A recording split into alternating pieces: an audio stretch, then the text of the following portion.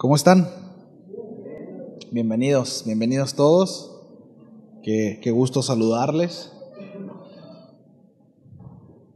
Bien, vamos a empezar. ¿Sí? ¿Oramos? ¿Listo? Bien. Señor, muchísimas gracias por este tiempo. Gracias por tu favor. Gracias por la oportunidad de poder reunirnos. Gracias, Señor, por este espacio que tenemos. El deseo de nuestro corazón es que seas glorificado, es que seas honrado, es que encuentres en nosotros hombres y mujeres obedientes, con una devoción genuina a ti, deseosos de conocerte y crecer, Señor, en el conocimiento de tu voluntad. De verdad, Señor, que seas glorificado en medio de nosotros. En el nombre de Jesús. Amén. Hace un momento cantábamos, ¿no? Grandes son tus obras, tus proezas y milagros. ¿Cuántos creen eso? Me faltaron mis ojos, así que me va a complicar un poquito más. Bien, se los leo, ¿no? Hebreos 11:32 dice: cuanto más tengo que decir. Se necesitaría demasiado tiempo para contarles acerca de la fe de Gedeón, de Barak, de Sansón, de Jefté, de David, Samuel y todos los profetas. Pues estamos aún en la serie Héroes de la Fe. Hoy vamos a ver la segunda parte de la fe de Gedeón. ¿Recuerdan? La semana pasada hablamos acerca de Gedeón, ¿sí? Dios llama a este hombre que tiene claro sus limitantes, tiene claro sus deficiencias, ¿sí? Y Dios lo llama para usarlo como herramienta en sus manos y así mostrar su gloria, ¿sí? La semana pasada vimos precisamente este llamamiento, ¿no? Y Gedeón representa precisamente a ese hombre, mis amados, que debido a sus debilidades sabe que tiene el potencial de ser un estorbo en la obra de Dios. Sí. ¿Cuántos saben eso? Debido a nuestra condición, a nuestro pecado, sí, tenemos el potencial todos de ser un estorbo. Sí. Y Gedeón lo sabía. Sí. Esto lo lleva a Gedeón constantemente tratar de asegurarse de que es Dios quien lo está enviando, de que es Dios quien lo está llamando, ¿sí? De que es Dios quien está dándole el respaldo. ¿Recuerdan que pide él algunas señales? Dice: Señor, si realmente eres tú, que suceda esto. Señor, si realmente eres tú, que pase esto, ¿no? Y algo que nosotros alcanzamos a ver, y es el tema que trata, ¿no? En esta porción de la Escritura, es precisamente, ¿no? Aquellos hombres, el asunto no es el problema. Mire, Dios no tiene problema y no tiene conflicto, al contrario, ahorita lo vamos a ver, con que nosotros dudemos de nosotros mismos, ¿sí? Mientras nuestra confianza esté bien puesta en Dios. Porque muchas veces hay una línea muy delgada entre que decimos que confiamos en Dios, pero en realidad nuestra confianza está puesta en nosotros mismos, ¿sí? Y Dios quiere, mis amados, ¿sí? Precisamente mostrarnos, ¿verdad?, en dónde realmente está puesta nuestra confianza, ¿sí? Es lo que Dios realmente quiere mostrarnos en estos pasajes, porque el ser humano, ¿sí?, suele ser muy autosuficiente. ¿Cuántos saben de lo que hablo? Sí. Solemos ser muy autosuficientes y llegamos a concluir que aquellas victorias que podemos llegar a tener en nuestras vidas son por nuestra osadía, ¿verdad? Y es por nuestra sagacidad. Es porque hemos sido diligentes. Es porque yo soy bueno para esto. Es porque lo practiqué. Es porque me esforcé. Por lo tanto pude alcanzar a llegar o hice. Sí. Es muy fácil que nosotros concluyamos en eso. Miren, muchas veces me voy a ir a cosas básicas, ¿no? Pero ni siquiera me detengo a agradecer el pan en mi mesa. Pues yo me lo gané. Sí. O si lo hago de manera automática, ¿no? Pero realmente en mi corazón no hay un agradecimiento y un entendimiento que quien pone el pan en mi mesa es el Señor. Mucho menos apartar cierto porcentaje de mis ingresos para la obra de Dios. ¿Por qué el Señor me va a quitar si yo me lo gané? ¿Acaso no es Dios quien me lo da? ¿Sí me explico? No. Entonces, es muy fácil, mis amados, que como hombres concluyamos en eso, ¿no? Que las batallas que nosotros muchas veces tenemos y creemos tener victoria en alguna de estas, que concluyamos que es precisamente por nuestra diligencia. ¿Sí? Y Dios quiere librarnos de eso. Dios está muy interesado en enseñarnos que su demanda para su pueblo, para nosotros como parte de Él, es que le reconozcamos en todas nuestras batallas.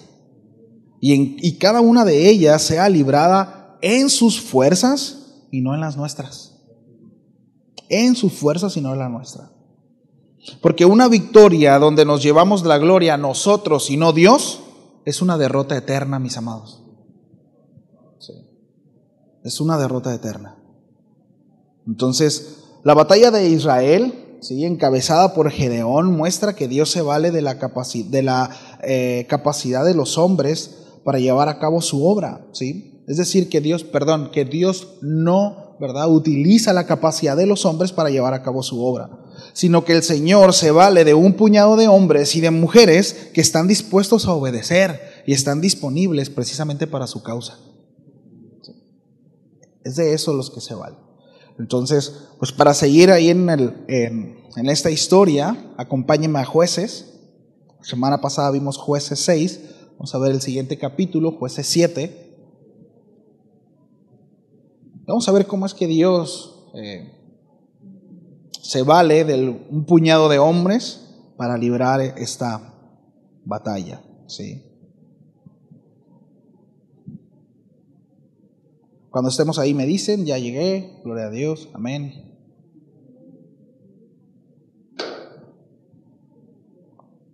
Bien.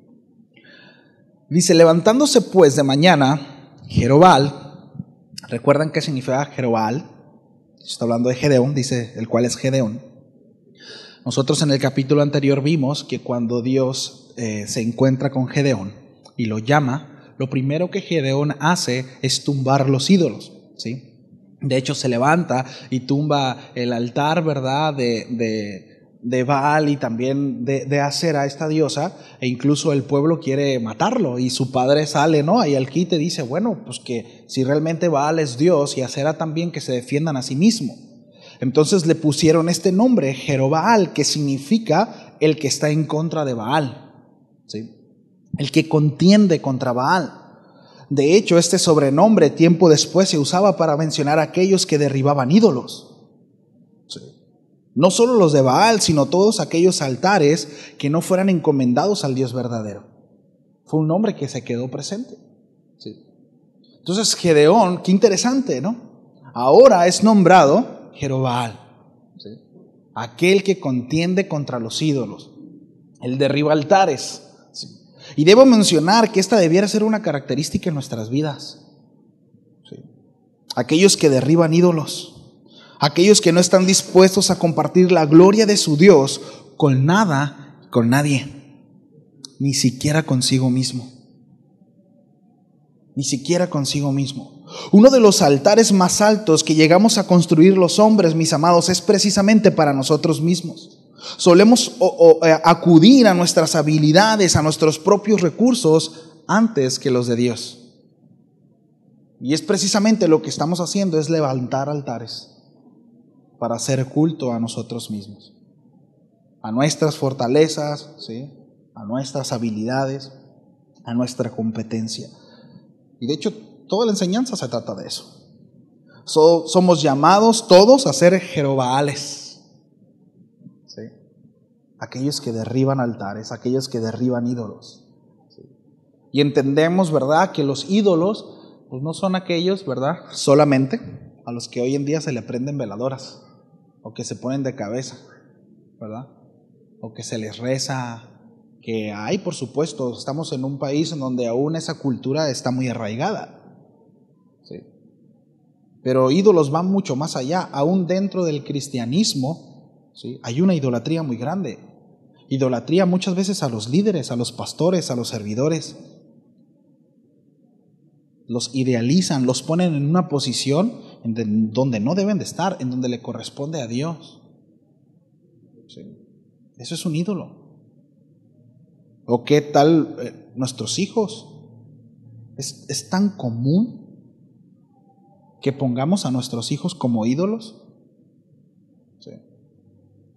Es que si mi hijo no está, no sé qué va a pasar, ¿no? De mi vida. Me muero. Pues sí, yo soy padre y es desgarrante siquiera pensarlo, ¿no?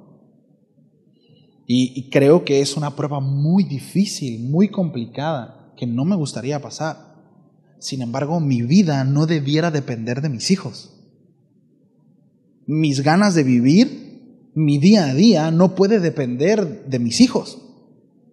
Tampoco de mi esposa. Tampoco de mi esposo. Y pareciera, ¿verdad?, que son afectos naturales, pero muchas veces puede llevar una línea muy delgada, y ese tipo de afectos nos pueden llevar, mis amados, a idolatrar. ¿Sí? A idolatrar a personas y ponerlas en la posición de Dios. ¿Sí? Aquellos, ¿no?, que el clásico, ¿no?, porque es muy común, ¿no?, el voy a ganar a fulanito o sutanito, ¿verdad?, para alcanzarlo para el Señor, ¿no? Y me esfuerzo y terminamos, ¿verdad?, o terminan siendo jalados para el otro lado. ¿Sí? Porque la realidad es que el afecto en el corazón, desde el momento en que se desobedece la palabra de Dios, se le está dando la importancia a otra cosa, ¿no?, o en este caso a una persona, más que a Dios. ¿Sí? Entonces es bien importante esto, mis amados. ¿Sí? Entonces, somos llamados todos, ¿no?, a ser precisamente jerobales de nuestra propia vida. ¿Sí? A estar constantemente identificando, ¿sí?, altares que se levantan a ídolos y estarlos derribando. Ahora, uno de los altares que es muy común hoy en día es precisamente también el trabajo. Y debo decirlo que se ha acentuado muchísimo más, y les voy a decir por qué. Por la situación económica en la que estamos viviendo. Cada vez es más difícil llevar recursos a nuestra casa.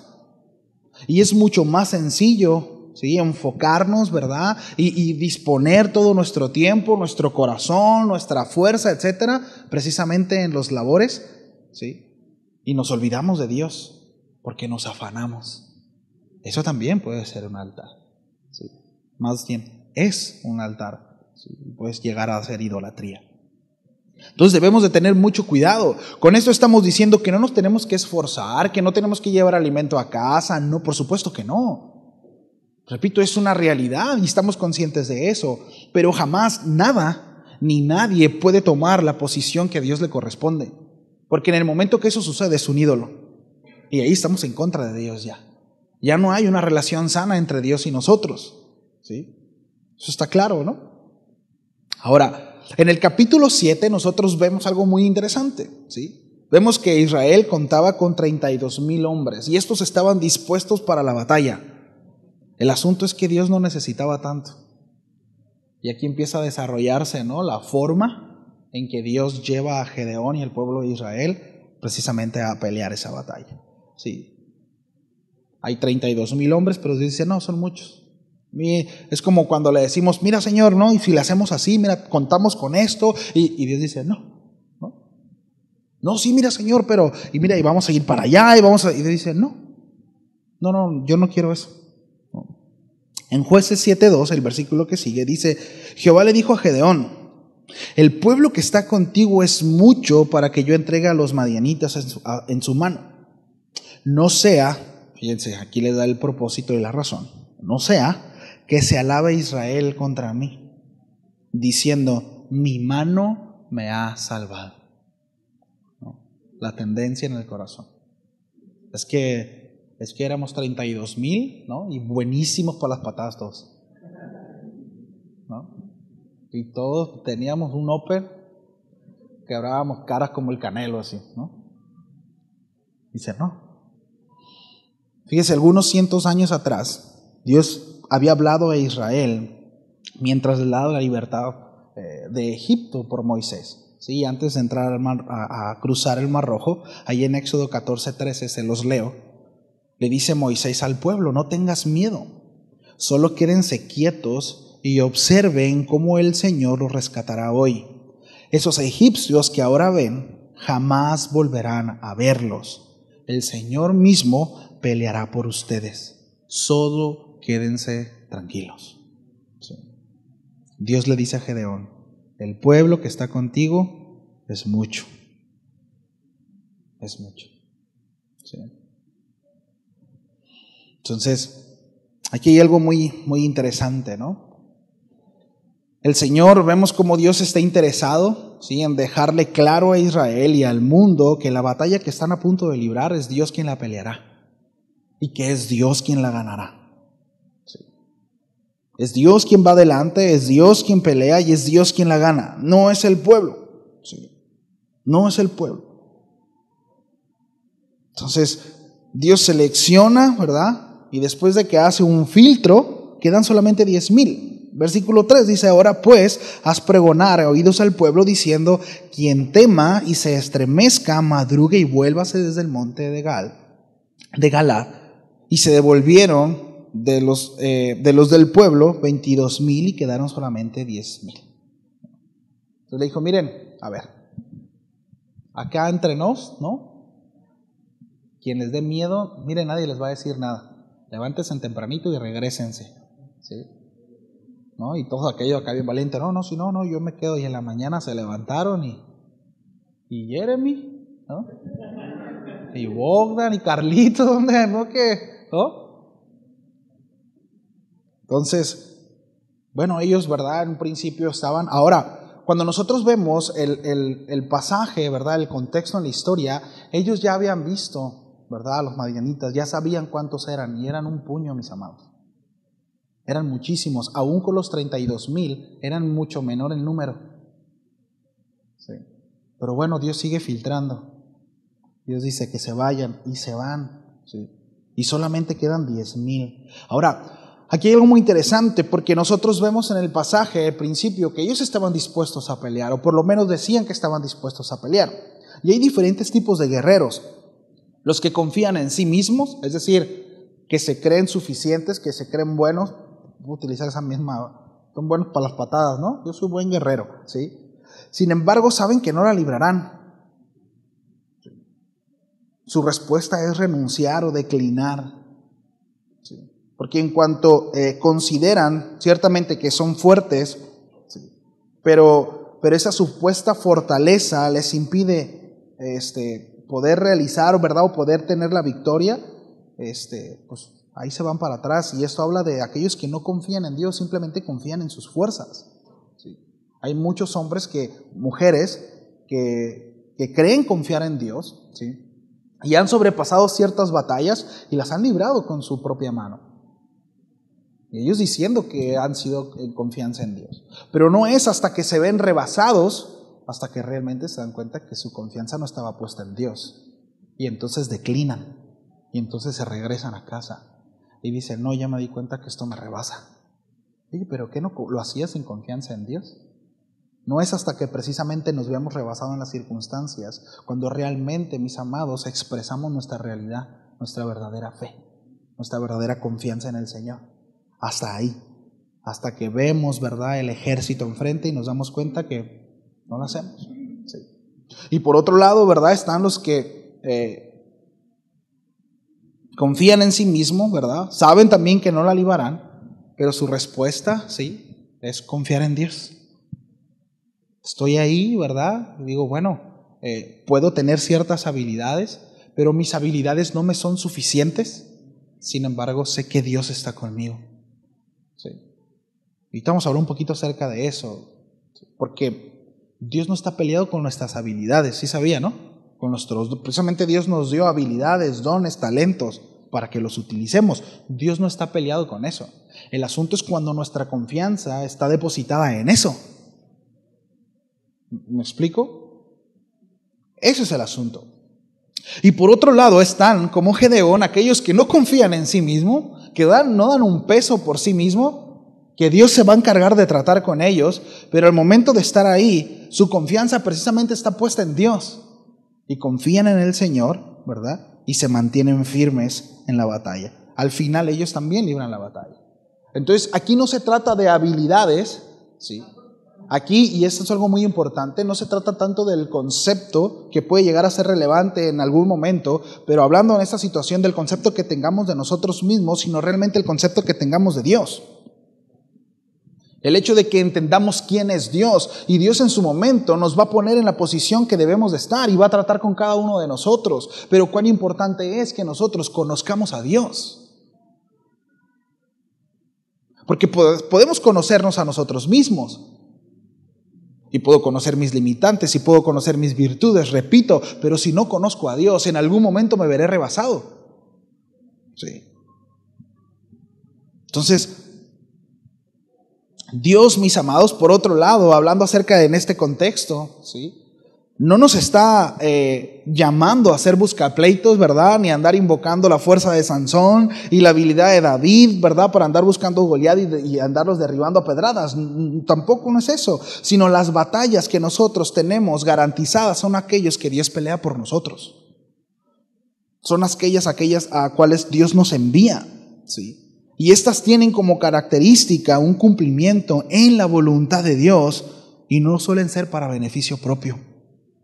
¿Por qué les digo esto? Porque de repente vemos cada barbaridad, ¿no? Pleitos, desconozco si hay alguno aquí, pero entiéndase lo que quiero ilustrar. De repente pleitos entre hermanos, ¿no? En donde se hace ver la avaricia, ¿no? Se hace ver ahí la codicia y se pelean y no se hablan y de repente se vuelven bien espirituales, ¿no? Y sacan textos como este: el Señor pelea la batalla por mí y tengo la victoria del Señor, y aun cuando todos mis hermanos estén en contra de mí, así como Gedeón y los 300, ¿no? Y de repente empezamos a descontextualizar, pero entendamos, aquí el principio es que ellos fueron a una batalla que Dios los envió. Y las batallas que precisamente nosotros tenemos garantizadas son aquellas que Dios nos envía con un propósito: glorificarlo a Él. Jamás, ¿verdad?, la batalla llevará como propósito nuestra vanagloria o un propósito propio. ¿Sí me explico? Y esto va para aquellos que creen que pueden utilizar a Dios para sus propias conquistas. Aquellos que se acercan a Dios buscando un beneficio propio, porque creen que así van a alcanzar a aquellos que ellos saben que nunca podrán alcanzar sin Dios, porque tal vez recibieron un mensaje como ese, con frases como: todo lo puedo en Cristo que me fortalece, el Señor concederá las peticiones de tu corazón, y un sinfín de pasajes bíblicos que son verdad, es palabra de Dios, pero está descontextualizado. Sí. Las batallas que nosotros tenemos garantizadas son aquellas a las cuales Dios nos envía con un propósito, ¿sí?, su propósito, ¿sí?, glorificar su nombre. Entonces dice que el Señor, ¿verdad?, devolvió a 22,000 y quedaron solamente 10,000. En un plano natural, cuanto más vas a una pelea, ¿verdad?, entre más bulto mejor. Cuando estábamos nosotros en la secundaria, nosotros teníamos pleito contra otra secundaria y de repente caminábamos, ¿no?, desde allá de la puesta del sol hasta allá por el santuario. Nos íbamos caminando y de repente llevábamos un montón de amigos que nosotros teníamos un amigo, el Chiquilín. Si llegaba el video, saludos, hermano. Pero él decía: es que yo no soy bueno para pelear. Y era: tú vente, haz bulto, ¿no? O sea, entre más bulto se vea, mejor, ¿no? Vamos a amedrentar al enemigo. Llegábamos un bandón, ninguno peleaba, pero llegábamos, ¿no?, a hacer ahí nuestros panchos. En un plano natural, pues entre más grande el ejército es mejor, te da seguridad, ¿no? El asunto que en el plano de Dios, pues no es así, ¿no? Así que como dijo el profeta Chabelo, ¿no?, el reino del revés. Los últimos serán los primeros. En Dios, mis amados, entre menos bulto mejor, ¿sí? Entre más clara sea la victoria de Dios, mejor, porque de eso se trata. No se trata de nosotros. No se trata tampoco de: miren cuán espiritual soy, miren, ¿verdad?, cuán ungido soy. Además, tengo tanta unción que te voy a dar unción a ti, ¿no? Doble porción de unción te voy a dar. No se trata de eso. ¿Sí? No se trata de eso. Para Dios, entre menos bulto mejor, mis amados. Entre más clara sea la victoria de Dios, mejor. De eso se trata. Ahora, acompáñeme ahí al versículo 8, por favor. Dice: Jehová dijo a Gedeón: aún es mucho el pueblo. Llévalos a las aguas y ahí te los probaré. Y el que yo te diga, vaya este contigo, irá contigo. Mas de cualquiera que yo te diga, este no va contigo, el tal no irá. Sí. Aquí Dios está demandando obediencia, ¿no? ¿Qué tal vamos con eso? ¿Qué tal vamos con eso?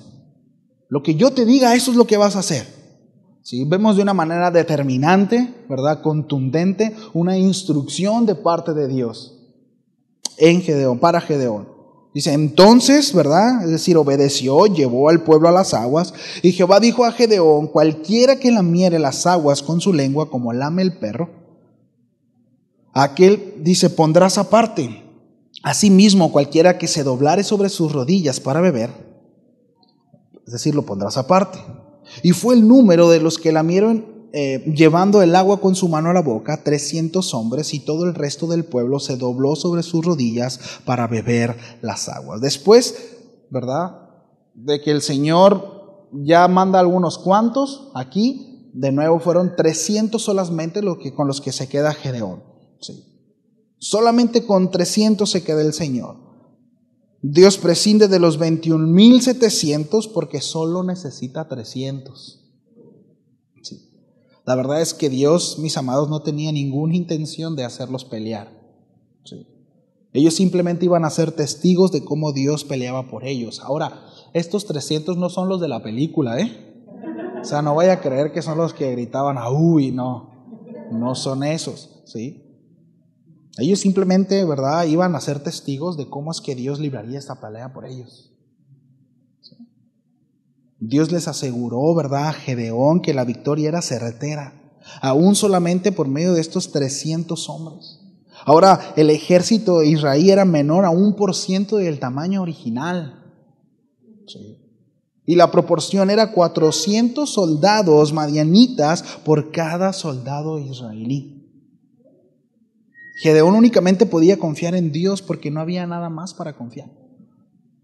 Es decir, por cada israelita había 450 enemigos. Dios los estaba enviando para que cada hebreo peleara con 450 enemigos. Sí. Y dato curioso, ¿no? Es la misma proporción de Elías con respecto a los profetas de Baal ahí en el Monte Carmelo. 450 profetas de Baal. Sí. Dios es plenamente glorificado, mis amados, cuando un creyente confía solamente en Dios y está dispuesto a enfrentar a 450 enemigos por obediencia, por fe. Sí. Por fe. Sí. Así no hay ninguna posibilidad de vanagloria, como no la hubo tampoco para Israel ante los madianitas. ¿Sí? Así también, mis amados, con nosotros. Por muchos que seamos, siempre vamos a ser pocos si consideramos la cantidad de los enemigos que nos rodean constantemente. Constantemente estamos librando batallas. Y muchas veces estas nos superan, la mayoría de las veces. Y Dios nos quiere enseñar precisamente en eso, que no es cuestión de cuántos somos, ni qué fuerza tenemos, ni qué habilidades, ¿verdad?, hemos desarrollado, sino depende de Él y solamente de Él. Así es como nosotros debemos de librar nuestras batallas. Así es como el Señor quiere que nosotros llevemos triunfo, tomemos el triunfo y nos quiere llevar de gloria en gloria y de victoria en victoria. Al igual que Gedeón, ¿sí?, la victoria de unos pocos favorece a todo el pueblo de Dios. ¿Cuántos saben eso? Sí.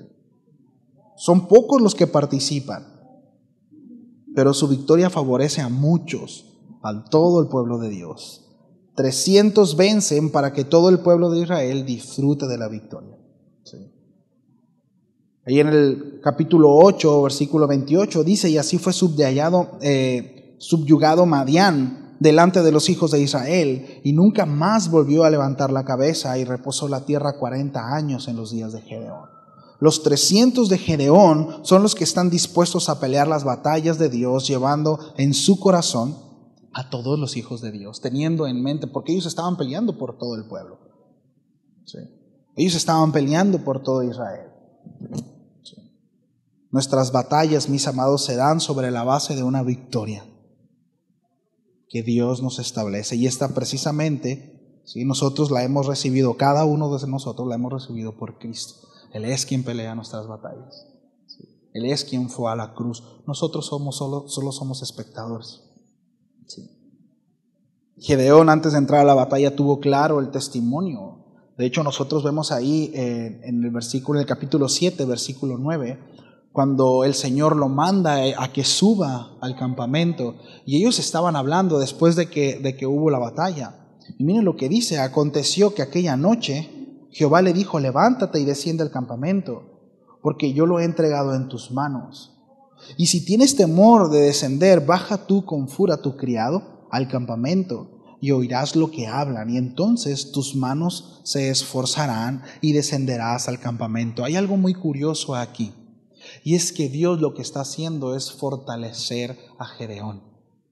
Dios sabía que Gedeón era un hombre temeroso, y aquí vemos cómo Dios es paciente, mis amados, para con nosotros. Dios es bueno. Una vez más, ahora Gedeón, sin pedirle una afirmación, una señal, Dios se la está dando.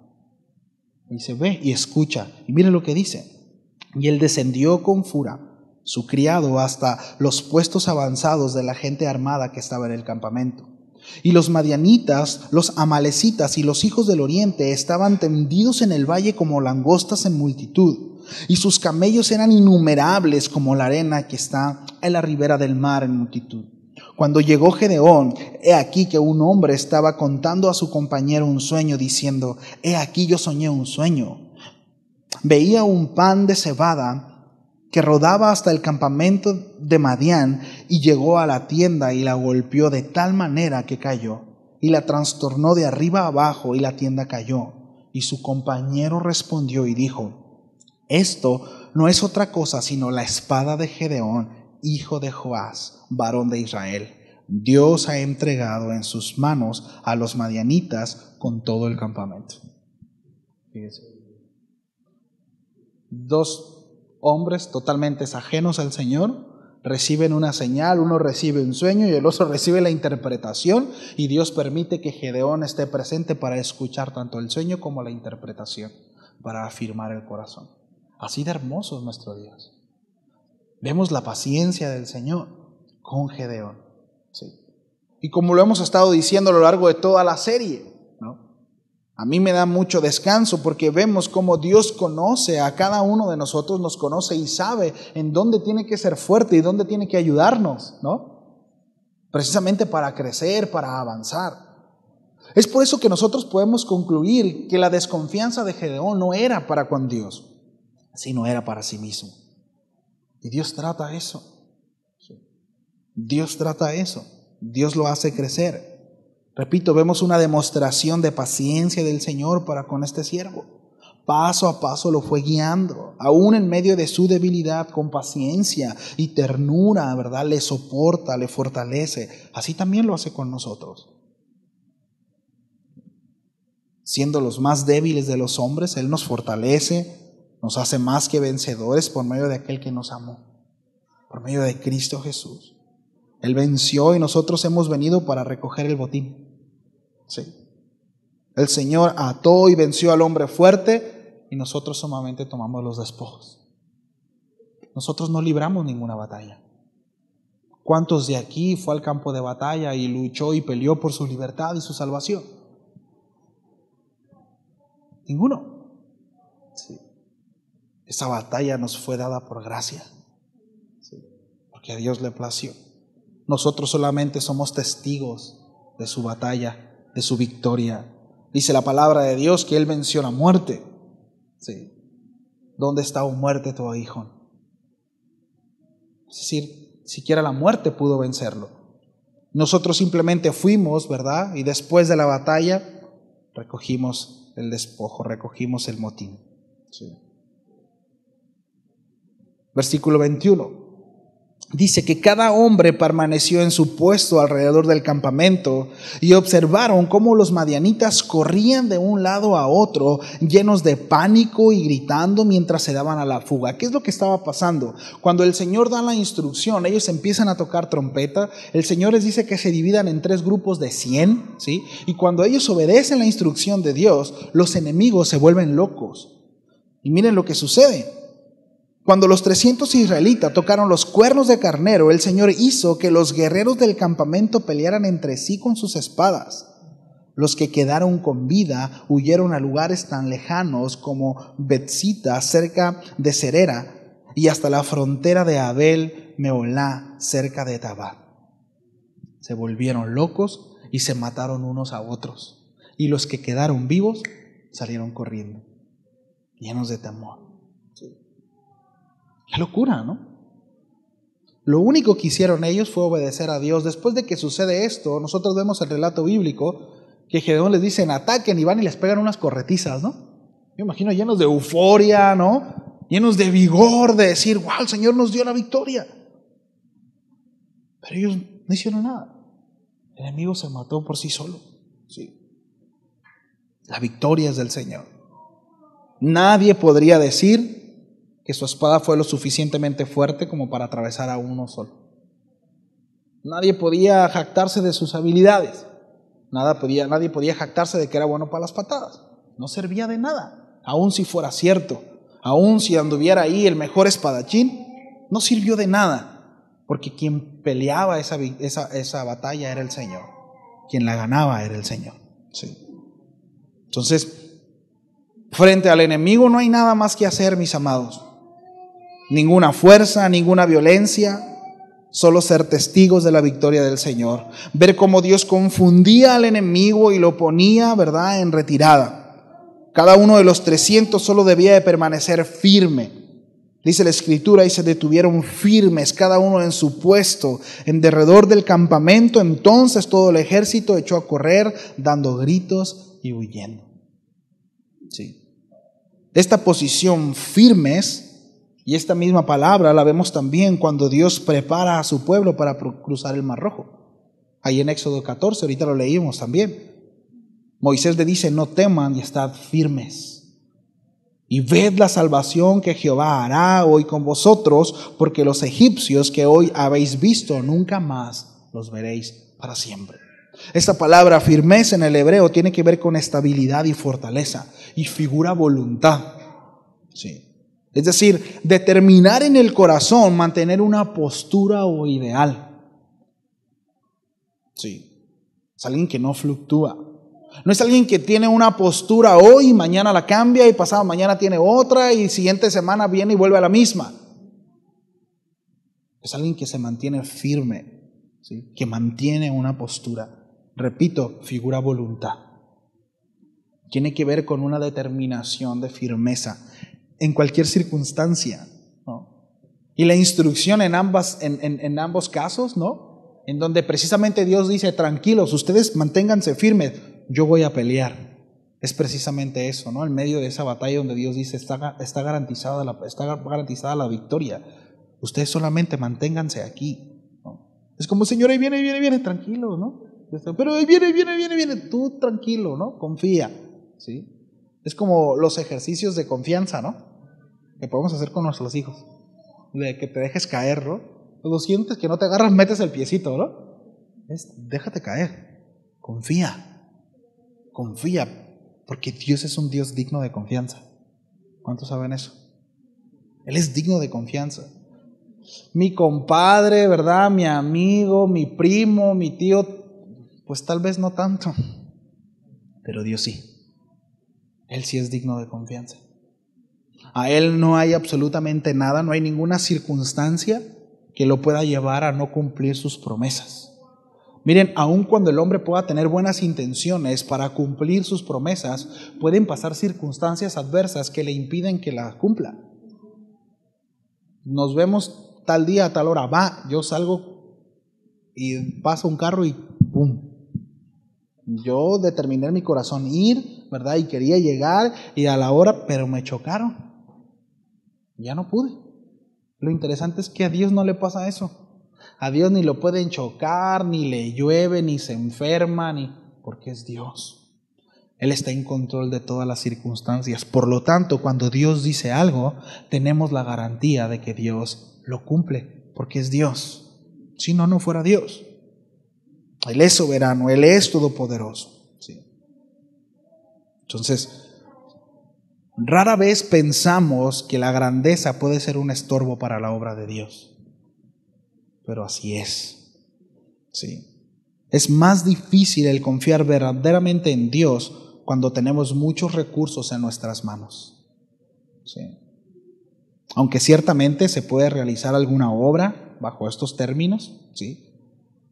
Pero es difícil, mis amados, el creerse grande y confiar solamente en el Señor. Por eso es bien importante que cuando nosotros estemos desarrollando un ministerio, y se los digo a aquellos que tienen talento, porque no solamente hay talento en la alabanza, ¿verdad? Los muchachos, los músicos, los que cantan, en alguna otra cosa que nosotros hagamos, ¿sí? Dios nos dio, la palabra de Dios nos enseña que la iglesia somos como un cuerpo con diferentes funciones. Algunos son manos, otros son ojos, otros son pies, cabeza, etc. Y cada uno tiene una función importante, y la mano no puede realizar lo que el pie hace, ¿sí? Aunque quiera, ¿verdad? Me puedo parar de manos, pero no es lo natural, ¿sí?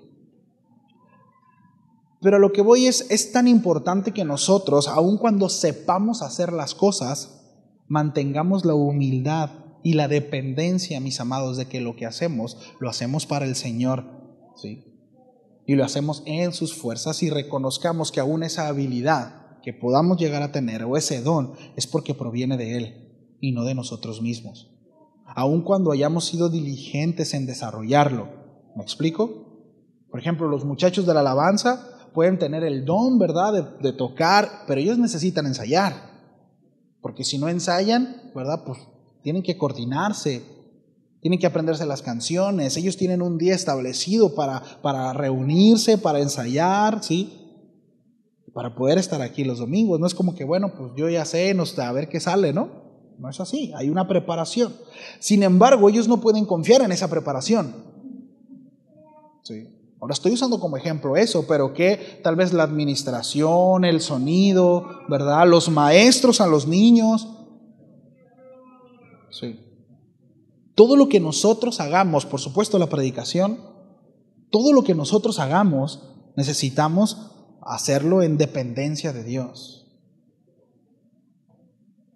Recuerdo mucho el consejo de Pastor Raúl, y fue eso, el cuidado cuando aprendas a hacer las cosas, porque puedes aprender a hacerlas y ya no depender de Dios. Entonces, como yo ya sé hacerlas, no necesito a Dios, o creo saber hacerlas. Que eso jamás venga a nuestra mente, ¿sí? Es que yo no necesito de Dios para poder llevar a cabo mi matrimonio, porque yo ya sé. Yo ya he ido, llevé unos prematrimoniales, he ido a un par de cursos, entonces yo ya sé, no necesito, ¿verdad?, mantenerme ahí con el Señor, porque yo ya sé. No tengo que estar pidiendo consejo, no sé si me explico. Es que yo ya sé cómo hacerle. Ya sé cómo ser un buen esposo, ya sé cómo ser un buen papá, una buena mamá, etc. Mis amados, entendamos, ¿sí?, que cada día tiene su propio afán. Y cada día lleva consigo una pelea, lleva consigo una batalla que necesitamos sí o sí, mis amados, depender del Señor. Porque es hacia allá donde Dios quiere llevarnos. En donde nosotros podamos renunciar a la autosuficiencia, en donde nosotros podamos renunciar a nuestras habilidades, a nuestras capacidades, ¿sí?, en el sentido de yo descanso no en lo que sé, sino en lo que tú eres, Señor. Y muchas veces Dios nos dirá, no ocupo de tus habilidades. Señor, pero si yo soy tan bueno para esto, ¿por qué no me tienes haciendo eso? Bueno, porque no quiero que estés ahí. Aquí la fe se determina precisamente en aceptar lo que Dios nos esté demandando, a lo que Dios nos esté llevando. Sí. Y quiero terminar con este pasaje, 2 Corintios 12:7. ¿Me ayudas con el piano? Digo, no voy a terminar todavía, pero me estoy apuntando a terminar. ¿Ya tienen hambre? Sí, ya los veo con cara de hambre.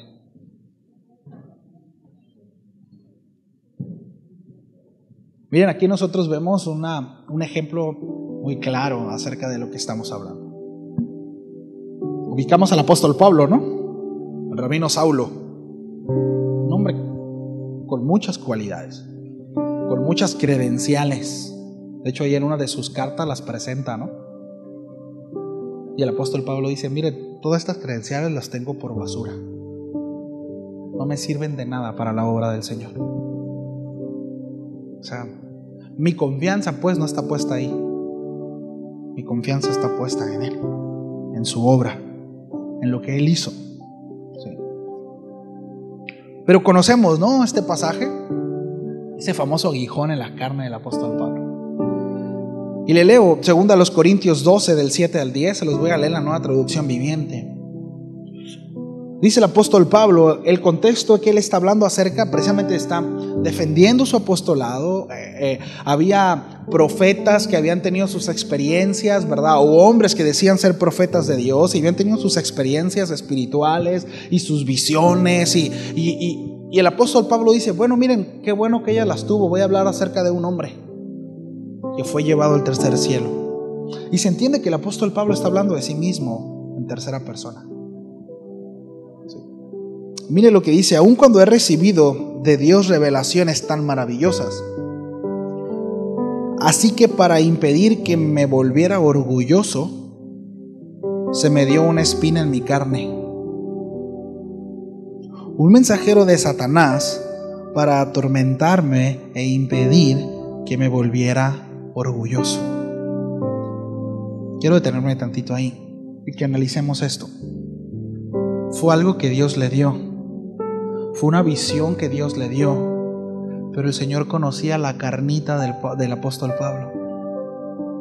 Dice: mira, es necesario que tengas esta visión, pero yo sé que a lo mejor esto te puede hacer que te creas mucho.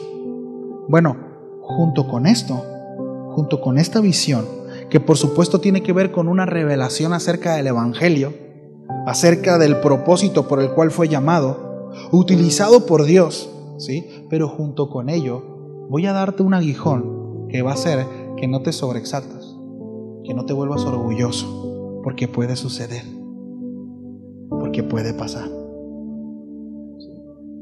La elocuencia, los dones, ay, qué bendición, ¿verdad? Ay, hermano, hermana, qué padre, gracias a Dios por esto.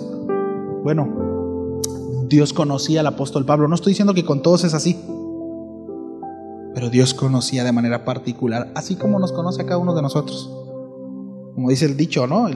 Dios no le da alas a los alacranes. ¿Sí? Bueno, Dios le dijo: me es necesario mostrarte esto. ¿Sí? Dice: visiones maravillosas, revelaciones extraordinarias, pero junto con eso, algo que te ubique, que te mantenga con los pies en la tierra. ¿Sí? Dice: en 3 ocasiones distintas, este es un hebraísmo para decir he ido muchas veces al Señor, le supliqué al Señor que me las quitara, que quitara ese aguijón. ¿Sí? Y cada vez Él me dijo: mi gracia es todo lo que necesitas. Mi gracia es todo lo que necesitas. No necesitas de nada más. No necesitas de nada más. Mi poder, le dice el Señor, actúa mejor en la debilidad. 32,000 hombres, no, solamente 300. Solo con 300 testigos me es suficiente. Porque mi poder opera de una mejor manera en la debilidad. Así los libro, Israel, de que se jacten de que ustedes son los que pelearon y ganaron. Estoy librándoles a ustedes. Tampoco no es hermoso el Señor, porque ese es el propósito. Dios nos libra a nosotros mismos de concluir en esas tonterías. El todas las puedo, el uno más, ¿no? El chuchacuarera. Dios nos libra de eso.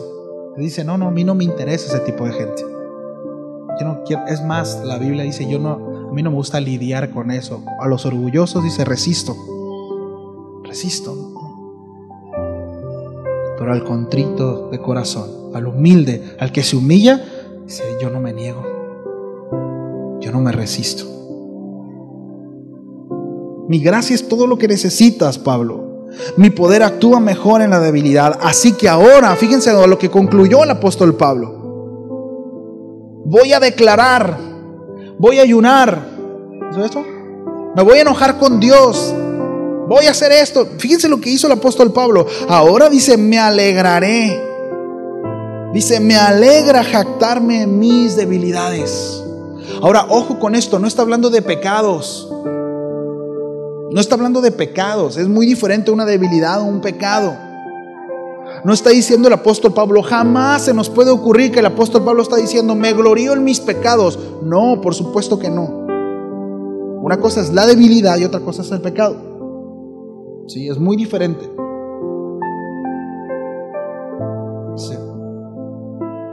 Dice más ahora. Así que ahora me alegra jactarme en mis debilidades para que el poder de Cristo pueda actuar a través de mí. El apóstol Pablo entendió eso. Para poder ser un instrumento de Dios, necesito hacer nada. Solamente estar dispuesto a obedecer a Dios. Que si Dios me dice dale por la derecha, le doy por la derecha. Que si Dios me dice le doy por la izquierda, le doy por la izquierda. Porque creo en Él, porque confío en Él, porque mi fe está puesta en Él. Es lo único. Sí. Entonces más bien me voy a gloriar en mis debilidades para que el poder de Cristo pueda actuar a través de mí. Es por eso que me deleito en mis debilidades y en los insultos, en privaciones, en persecuciones, en dificultades que sufro por Cristo. Fíjense, cuando nosotros estamos pasando un momento de dificultad, ¿a poco no es cuando sale el cobre? Cuando andamos más irritados, cuando andamos más estresados, cuando andamos, ¿no? El apóstol Pablo menciona diferentes circunstancias en donde seguramente generaba en él o hacían ver cuestiones de su carácter, de su temperamento, sus debilidades. Dice, pero cuando me venga eso, dice, me voy a gloriar. Y Señor, gracias porque soy humano, porque soy imperfecto y es tu obra, no la mía. Mira, Señor, me doy cuenta de cuán débil soy. Y todo esto, Señor, lo que se está llevando a cabo, imagínense ver las multitudes, los milagros y todo lo que acontecía alrededor de la vida del apóstol Pablo. El apóstol Pablo concluía, Señor, es por ti, porque si fuera por mí, Señor, miren a un brother, ¿se acuerdan a Marcos? Lo maldijo, ¿no? ¿Se acuerdan cuando vimos a Colosenses? Él empezaba en el ministerio, el apóstol Pablo. Le pegaron unas corretizas y Juan Marcos se echó para atrás. Y después Pablo dijo, ni me mencionen a Marcos, ¿no? Se va al infierno, dijo, por collón. Pero más adelante el apóstol Pablo menciona a Marcos como un sirviente, como alguien fiel. De hecho, el apóstol Pablo en una de sus cartas le dice, miren, si por mí fuera, dice, yo me voy con el Señor, pero a causa de ustedes es que yo anhelo quedarme, porque todavía hay cosas que hacer. Es decir, fue tratado, fue creciendo en humildad, fue creciendo en sabiduría. Por esto es que me deleito en mis debilidades y en los insultos, en privaciones, en persecuciones y dificultades que sufro por Cristo. Pues cuando soy débil, entonces soy fuerte. El reino del revés.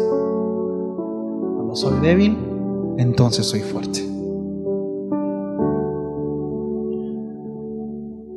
Si en nosotros aplica ese dicho de ves la tempestad y no te hincas, mis amados, no hay más que hacer. Porque es precisamente ahí en la debilidad, ahí en la tempestad, ahí en la tormenta, cuando somos llevados a inclinarnos, ¿sí? Es cuando nuestro orgullo es golpeado. Y es cuando nos postramos delante de Dios y le decimos, Señor, cuán débil soy, necesito de ti. Pero si aún eso, mis amados, no es suficiente para que nuestro orgullo, ¿verdad?, baje,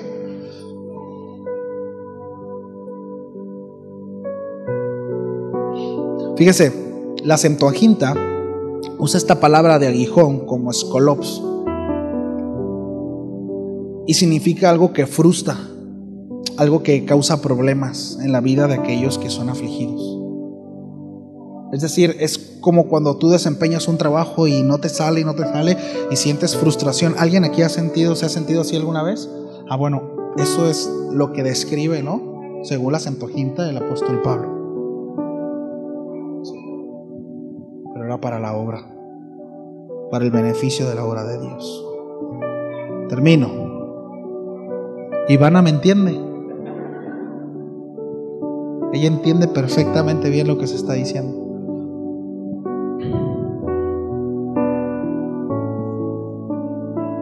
Dios no busca hombres perfectos para su obra.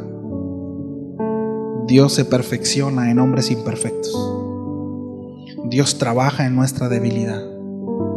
Y Dios desea que reconozcamos esa debilidad, Sí. El punto del mensaje no es que menospreciemos lo que Dios nos ha dado, hablando de talentos y habilidades. Es importante desarrollarlos, es importante crecer, pero jamás que nuestra confianza esté puesta ahí, jamás, porque tarde o temprano nuestras fuerzas se acabarán. ¿Y qué sucederá cuando eso pase? Sí. Ahí es donde precisamente levantamos esos altares y posicionamos nuestras habilidades como ídolos. Miren, si somos de Dios, Dios se encarga de hacer esto. Los ídolos son como esas pequeñas muletas en las que nos recargamos. Y Dios hace esto. Y qué feo se siente, ¿no? Cuando vas a caer y que no tienes con qué agarrarte. ¿Qué pasará? Dios quiere, mis amados, que estemos bien agarrados de Él. Y que no importa la batalla al cual Dios nos esté enviando, que haya la certeza en nuestro corazón que si es Dios quien nos envía es porque la victoria la tenemos ganada. Y no es necesario el esfuerzo, ¿verdad?, en nosotros, más que lo que Dios demande, más que lo que Dios quiera.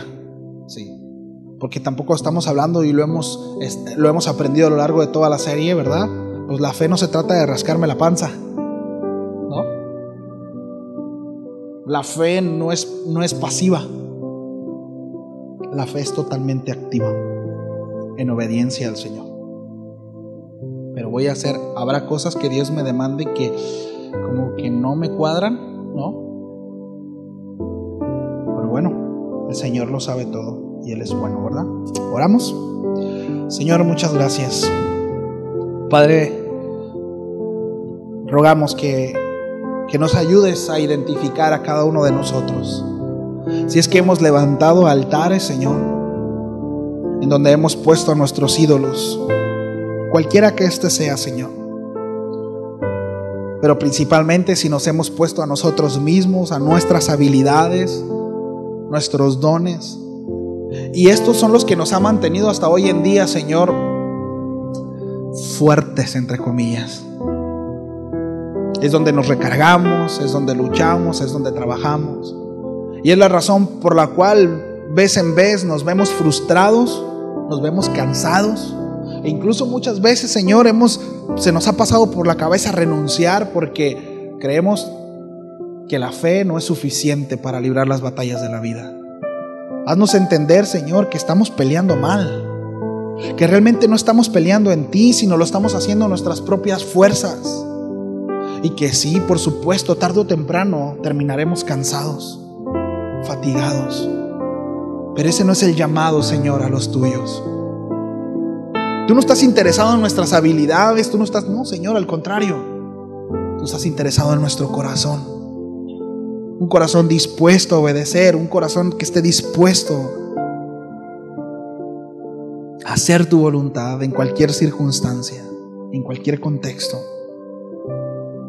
Ayúdanos, Señor, y muéstranos aquellos que estemos viviendo de esta manera, y concédenos, Señor, el arrepentimiento, para así poder llevar una vida, una relación sana contigo en todo momento, que no nos estorbe, Señor. Gracias, Señor, gracias porque tú garantizas la victoria en cada pelea.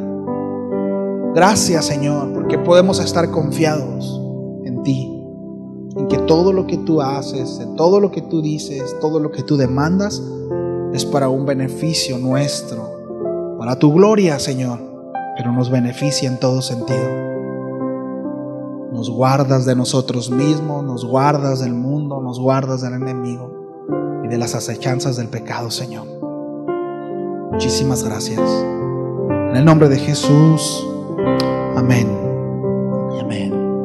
Familia, que Dios me los bendiga. Gracias por su paciencia y por su tiempo. Nos vemos el miércoles con el favor de Dios.